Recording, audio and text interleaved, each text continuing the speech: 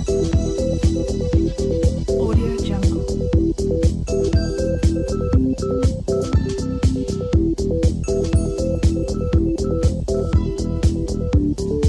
Audio Jungle.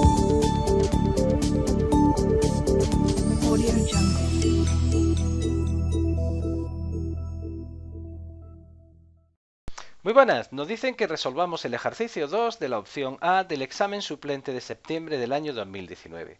En él nos piden que razonemos si son verdaderos o falsos las siguientes afirmaciones. En primer lugar nos dicen, el átomo de un elemento alcalino tiene mayor radio que el halógeno del mismo periodo. Bueno, pues vamos a coger dos ejemplos fáciles de reconocer. Por ejemplo, un elemento alcalino sería el sodio y esta sería su configuración electrónica.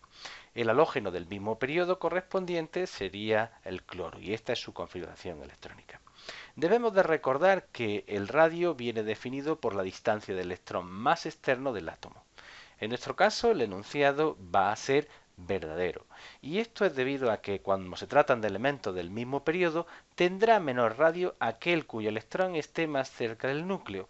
En este caso, nosotros vamos a utilizar el concepto de carga nuclear efectiva.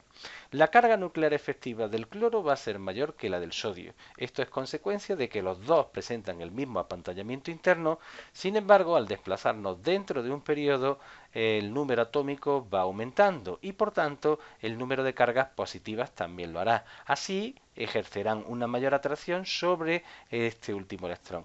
Esta es la razón por la que vemos aquí, igual que pasaba también en los exámenes suplentes de junio, por la cual el sodio tiene mayor radio atómico que el cloro. A continuación nos dicen que establezcamos o nos dicen que a medida que aumenta el número atómico en los elementos alcalinos disminuye la primera energía de ionización. Es decir, nosotros vamos a comparar a los elementos de un mismo grupo.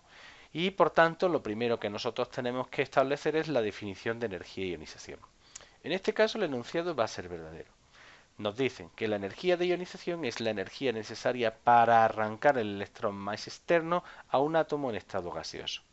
Como son elementos del mismo grupo, fijaros, yo he puesto aquí una tablita para ir teniendo claro y poder ir justificando.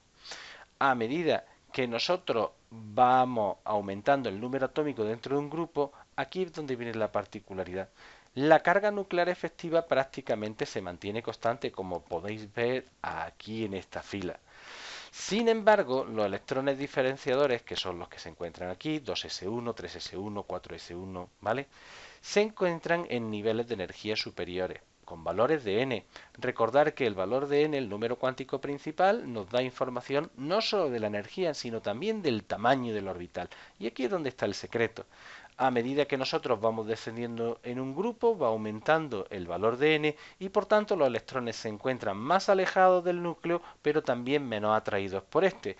Esta es la razón por la cual a los átomos que se encuentran más abajo en un grupo va a ser más fácil arrancarle un electrón. Como podéis observar aquí, fijaros, vais viendo cómo a medida que nos vamos desplazando y descendiendo en el grupo, la energía de ionización va disminuyendo.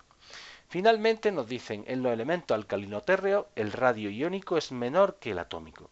Lo que debemos de recordar es que los elementos alcalino-térreos son los elementos del segundo grupo.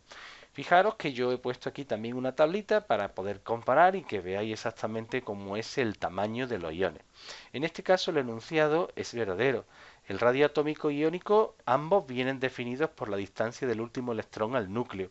Y en el caso de un ion, fijaros que lo que tenemos que tener muy claro es que estos elementos pierden dos electrones, que es la tendencia normal para este tipo. Entonces, este tipo de átomos, los alcalinotérreos, cuando pierden esos dos electrones, presentan un menor apantallamiento para el mismo número atómico, es decir, ambos siguen teniendo la misma carga en el núcleo positiva. Por lo tanto, la carga nuclear efectiva que sienten este último electrón ha aumentado y se reduce el tamaño, como podéis ver en todos los casos.